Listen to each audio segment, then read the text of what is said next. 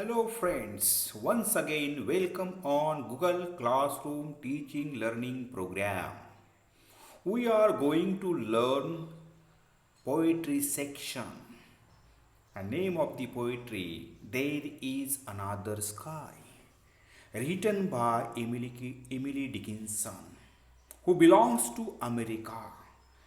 Before going to learn this poem, we should understand the biography of Emily Dickinson.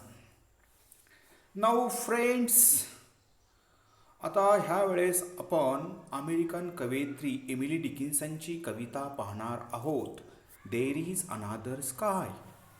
ज्यावेळेस आपण title पाहतो त्यावेळेस आपल्याला कवितेमध्ये नेमकं काय आहे, देर इज अनादर स्काय म्हणजे काय नेमकं कवीला म्हणायचं आहे ह्यामधनं आपल्याला पाहायचं आहे. So, now see, the Emily Dickinson is an American poet of the 19th century. She belongs to 19th century, American poet.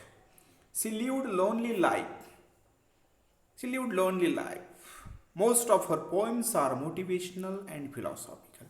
When we consider about her poems, she always motivates and tells about philosophy of life because she lived lonely, and that is why she tries to convey her messages through her poems.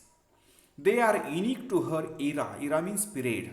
She is unique, only one to her era, are characterized by simple and short lines. What is the characteristics of her poem? That is very simple and short, not so long poems. Very short poems, 6 lines, 8 lines, 2 lines, 4 lines. So, not so long poems, but her short poems also convey the message of life. She often uses slant rhymes. In slant rhymes, we also find in the There is Another Sky, the slant rhymes and unconventional capitalizations and punctuations. She destroyed the rules of conventionals. And in this poem also we find the unconventional capitalization, punctuation marks, the speciality and characteristics of Emily Dickinson's poetry. Her poems of the Psalms. Now see the word Psalm. The spelling Psalms. The pronunciation is Psalm. And what is the meaning of this Psalm? Psalm means sacred song. We call in Marathi Pavitra Geet, sacred. And hymns. Hymns means Geet, song of life in all its shades. Now, dear friends, here we understand that she lived lonely life. She tried to convey the philosophy of life through her poems. She belongs to America. Now, what exactly theme and subject of the poem in the second paragraph? There is Another Sky is an inspirational or motivational poem with a message of never say die. This is the theme, this is the subject of the poem. To inspire, don't lose hopes, be positive, be hopeful in your life. Never say die. Never give up in your life. Always positive in your life. So, this is the message she wants to give her readers, especially my dear students. It is a Petrarchan sonnet with octave and sestet. And when we think about the octave and sestet, what is the octave? Octave means 8 lines, sestet means 6 lines. So sonnet, what is sonnet? ज्याला आपण मराठीमध्ये म्हणतो सुनीत काव्य. म्हणजे 14 ओळींचं काव्य आहे, त्यामध्ये ऑक्टेव अँड सस्टेट 8 आणि 6 अशा 14 लाईनींची ही कविता आहे. The poet is communicating to her brother through a letter. She has written a letter to her brother, and she is communicating, she is talking with her brother. She talks with her brother. आता ज्यावेळेस आपण कवितेचा अभ्यास करतो त्यावेळेस Emily डिकिन्सननी ज्यावेळेस कविता लिहिली त्यावेळेस अतिशय छोट्या कविता तिच्या आहेत, 5 ते 6 लाईनीच्या, 8 लाईनीच्या, म्हणजे जास्त मोठ्या अशा कविता तिने लिहिलेल्या नाहीत. आणि जे प्रेझेंट आहे देर इज अनादर स्काय ही एक सुनीत काव्य आहे, एक सॉनेट आहे की ज्याला सॉनेटला आपण 14 वळी असतात. मग त्यामध्ये 2 प्रकारचे सॉनेट असतात, एक तर शेक्सपियरियन सॉनेट आहे आणि एक तर पेट्राचन सॉनेट आहे. आता जो अभ्यास केला आहे आपण तो पेट्राचन सॉनेट इमिली डिकिन्सनने वापरलेला आहे. आणि त्यामध्ये तिने पहिलं कडवं 8 लाईनींचं, दुसरं कडवं आहे 6 लाईनींचं. पहिल्या कडव्यामध्ये तिने जीवनाबद्दलचं दुःख व्यक्त केलेलं आहे आणि जे 6 लाईन्स आहेत शेवटच्या त्यामध्ये तिने पॉझिटिव्ह ॲटिट्यूड सांगितलेलं आहे की बाबा जीवन जगताना हे सगळं आपल्याला करावंच लागणार आहे. आणि ती तिच्या भावाला हे सांगते, पहा, the poet is communicating to her brother through a letter. She encourages her brother. She motivates her brother not to get depressed under any circumstances. मग परिस्थितीमध्ये कशी परिस्थिती आली तरी डिप्रेस न होता, नाराज न होता, दुःखी न होता, कुठल्याही प्रकारच्या वेदना झाल्या तरी त्या सहन करत आपण आयुष्य जगलं पाहिजे. And pleads with him to return home. आणि ती विनंती करते आहे, रिक्वेस्ट करते आहे की तू आपला घरी ये, दुःखी होऊ नकोस, निराश होऊ नकोस, नाराज होऊ नको, because life is full of challenges. Dear friends, here we understand. She says that life is full of challenges. जीवन कसं आहे तर आव्हान आहे. जीवन जगणं हेच एक आव्हान आहे. कारण प्रत्येक क्षणाला आपल्याला आव्हानाला तोंड द्यावं लागतं आणि ते आव्हान आपल्याला सहन करण्याची ताकद आपल्यामध्ये असणं गरजेचं आहे. आणि ती ताकद कुठे आहे? बाहेर आहे का? नाही, तर ती आपल्या मनामध्येच आहे. इनर पॉवर म्हणजे आपल्यामध्ये ती शक्ती आहे, ती शक्ती जागृत करायची आणि आपण येणाऱ्या आव्हानांना सामोरे जायचे. Life is full of challenges. One can tackle the challenges with positive attitude. आणि मग हे प्रॉब्लेम्स तुम्ही कशा प्रकारे सोडवताल तर पॉझिटिव्ह ॲटिट्यूड. तुम्हाला जर एखादं चॅलेंज आलं किंवा आव्हान आलं तर त्यासाठी न घाबरता ते आव्हान तुम्ही पॉझिटिव्हली, होपफुली ते स्वीकारायचं आणि त्याला सामोरे जायचं. One can tackle the challenge with positive attitude. Very important line, very motivational line for the students.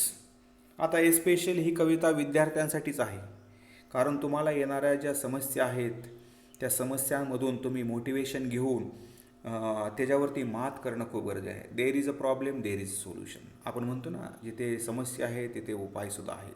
अशी कुठलीच समस्या नाही की ज्याला उपाय नाही आहेत. मग ते समस्यावरती उपाय शोधणं आपलं काम आहे. म्हणून डिअर स्टुडंट्स, ही कविता विद्यार्थ्यांसाठी खास नेमलेली आहे, कारण तुम्हाला एक प्रकारचं मोटिवेशन मिळावं म्हणून या कवितेतून. आता ह्या कवितेमध्ये एमिली डिकिन्सननी ॲक्च्युली तिच्या भावाला मोटिवेट केलेलं आहे की कम टू होम. ती म्हणते शेवटी रिटर्न टू होम म्हणजे घरी ये.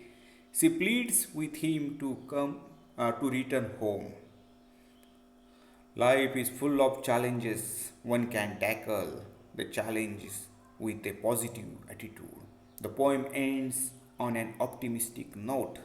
What is the meaning of optimistic? Optimistic means hopeful, आशावाद. आणि त्याच्या अपोजिट आहे pessimistic. 2 words, that is the optimistic and pessimistics. आपलं जीवन कसं असतं तर आशावादी असावं, निराशावादी नसावं.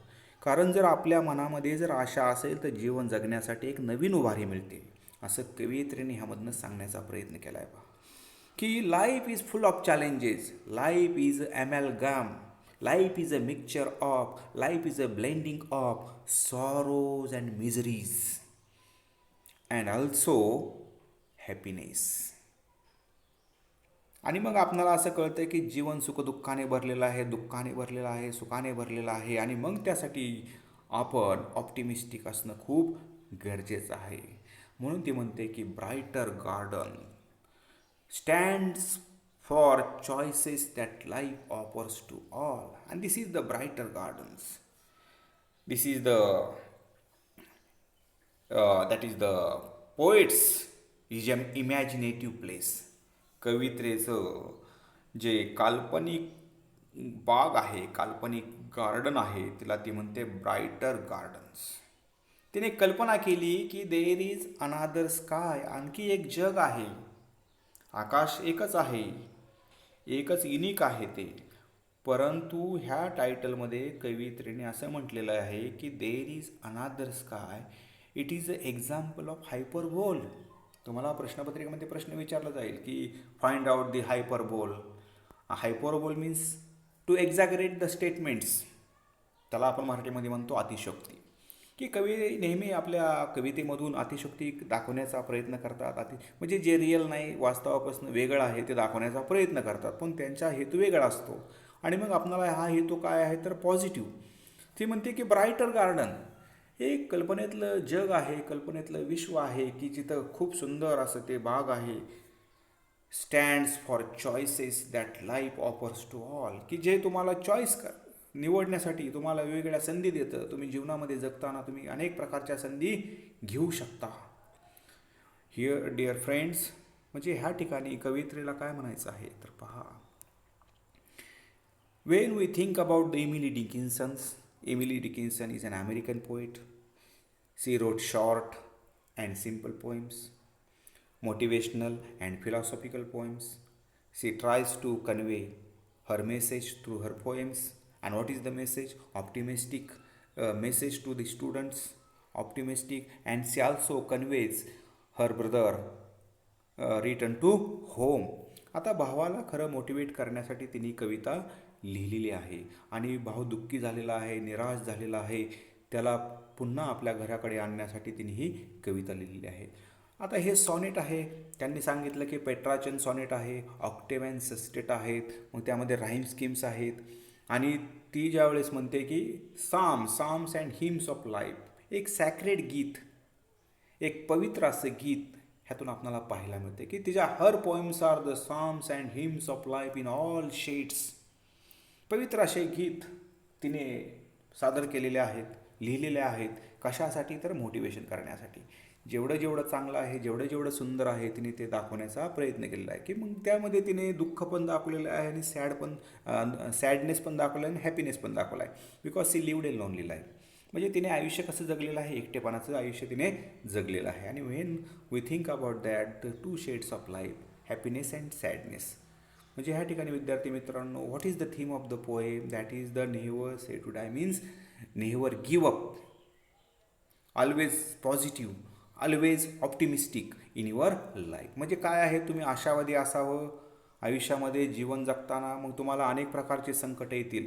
म्हणजे तुम्ही पहा, विद्यार्थी दशेमध्ये तुम्हाला सकाळी उठल्यापासून कॉलेजला येईपर्यंत अनेक समस्या असतात. त्या समस्यावरती मात करत तुम्ही पुढे पुढे जायचं आहे. आणि हेच वय आहे की तुम्हाला तुमचं उद्दिष्ट साध्य करण्यासाठी एक चांगली संधी मिळालेली असते. म्हणून अशा प्रकारच्या मोटिवेशनल कविता तुमच्यासाठी खास बोर्डाने नेमलेल्या असतात.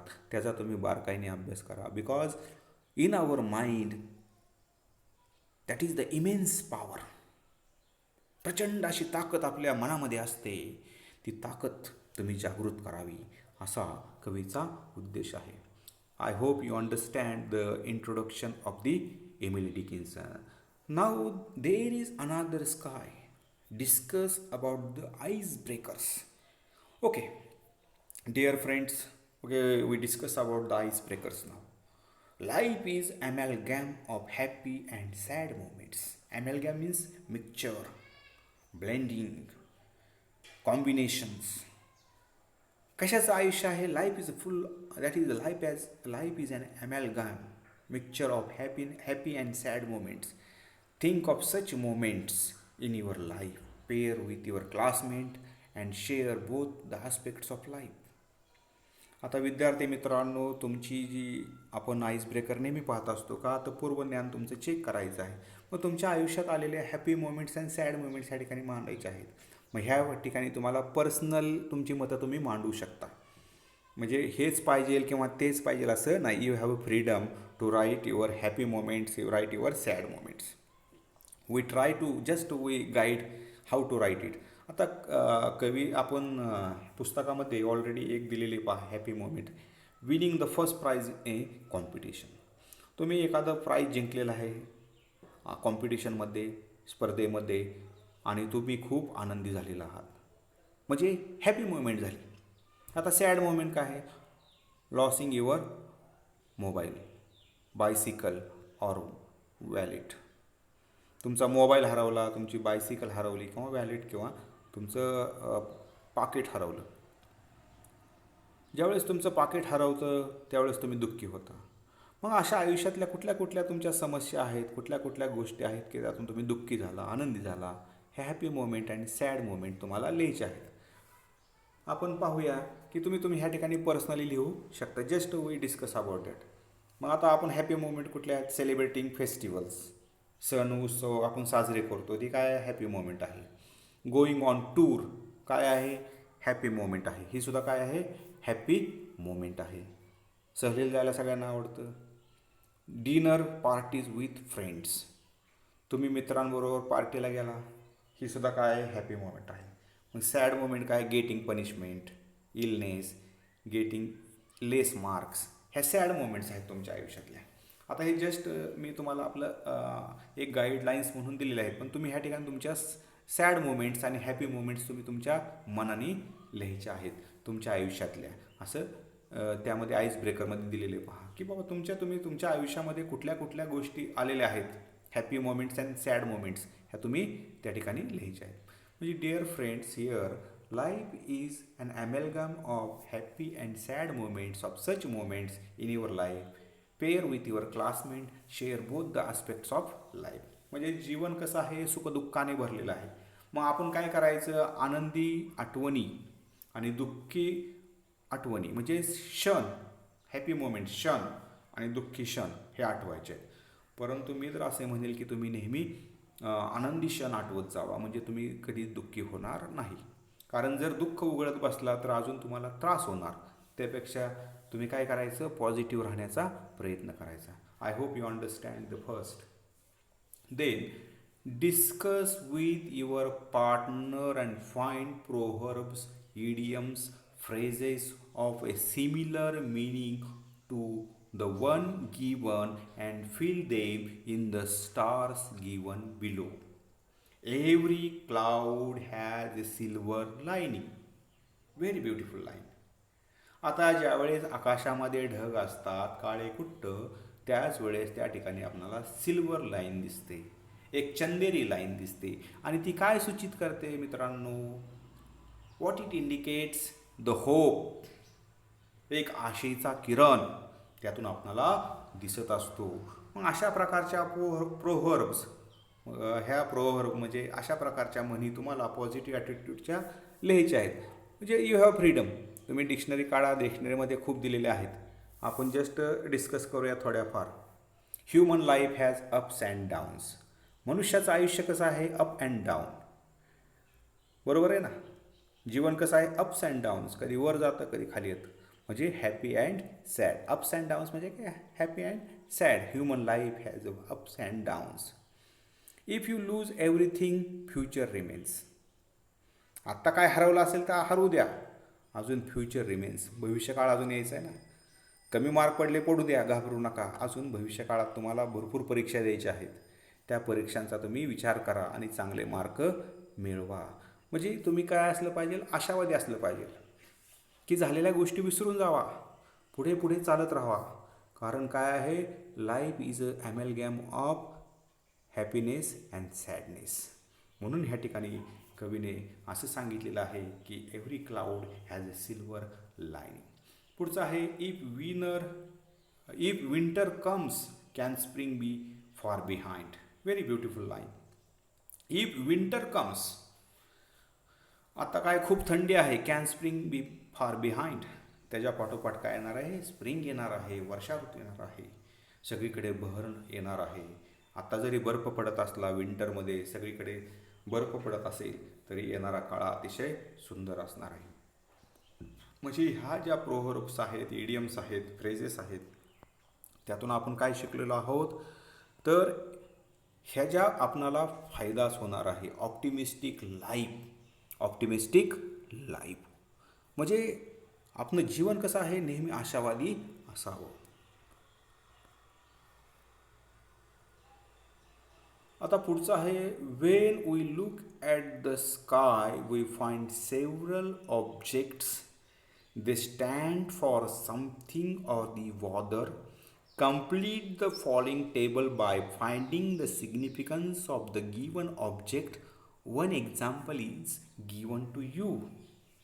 आता ज्या वेळेस आपण एखादं ऑब्जेक्ट पाहतो तर त्याच्याशी काहीतरी रिलेटेड असतं, सिम्बॉलिक मिनिंग असते. मग त्यामध्ये सन आहे, मून आहे, रेनबो आहे आणि स्टार आहे. ते कशाचं प्रतीक आहे ते तुम्ही लिहायचं आहे. सेलेस्टियल बॉडीज आणि असोसिएशन्स. की एखादं ऑब्जेक्ट दिलेलं आहे.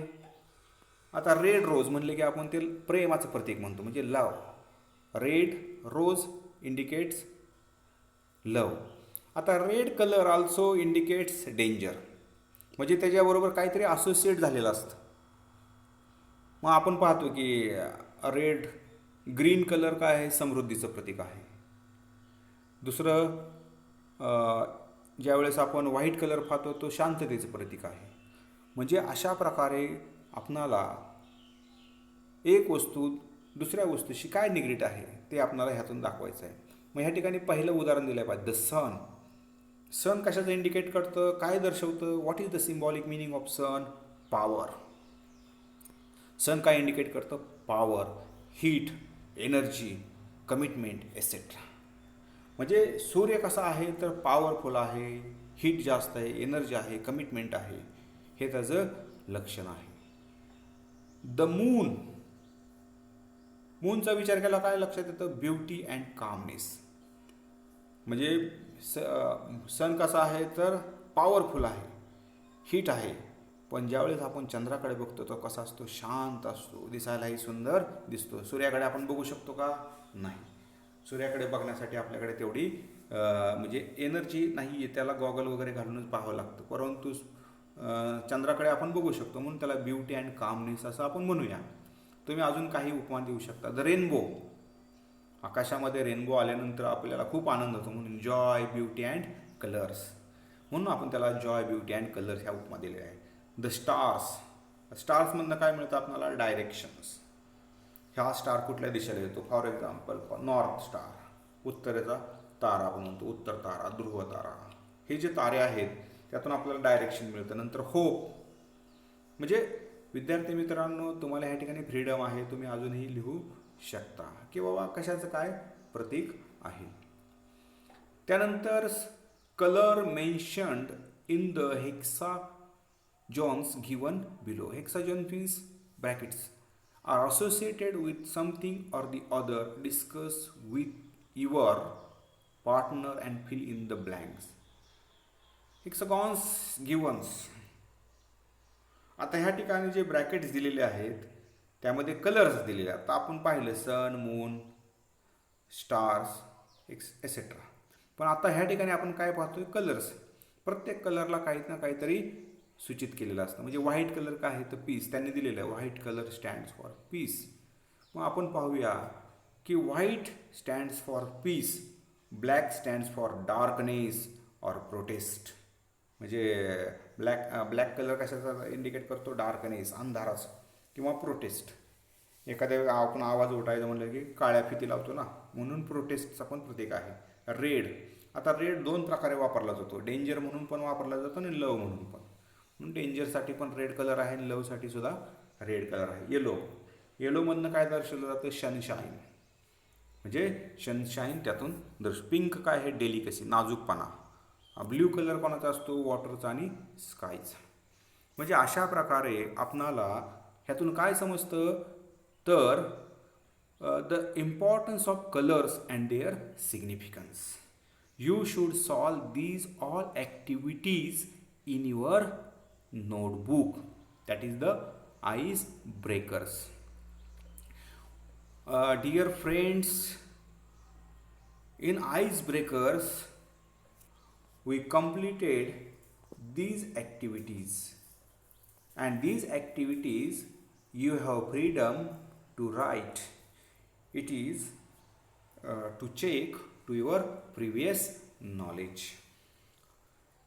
In this lecture, what do you learn from, dear friends? The biography of the Emily Dickinson, her characteristics of her poems, and especially there is another sky. What is the poem about. म्हणजे ह्या लेक्चरमध्ये आपण काय काय पाहिलं, तर कविता कशाच्या संदर्भात आहे, तर कवितामध्ये काय दर्शवलेलं आहे हे पाहिलेलं आहे. म्हणजे आपल्याला ॲक्च्युअल पोएम पाहण्याच्या अगोदरच आपल्याला समजतं आहे की कविता कशाच्या संदर्भात आहे. आणि मग आपण ह्या आईस ब्रेकरच्या ॲक्टिव्हिटी सोडवल्या. आता हे आईस ब्रेकरच्या ॲक्टिव्हिटीज तुम्ही तुमच्या नोटबुकमध्ये लिहून काढायच्या आहेत. पुढच्या लेक्चरला आपण what exactly poet Emily Dickinson want to convey her message through poems. तिच्या पोएममधनं तिला काय सांगायचं आहे ते पाहणार आहोत. Okay, thank you very much for listening this lecture. Thank you very much, dear students.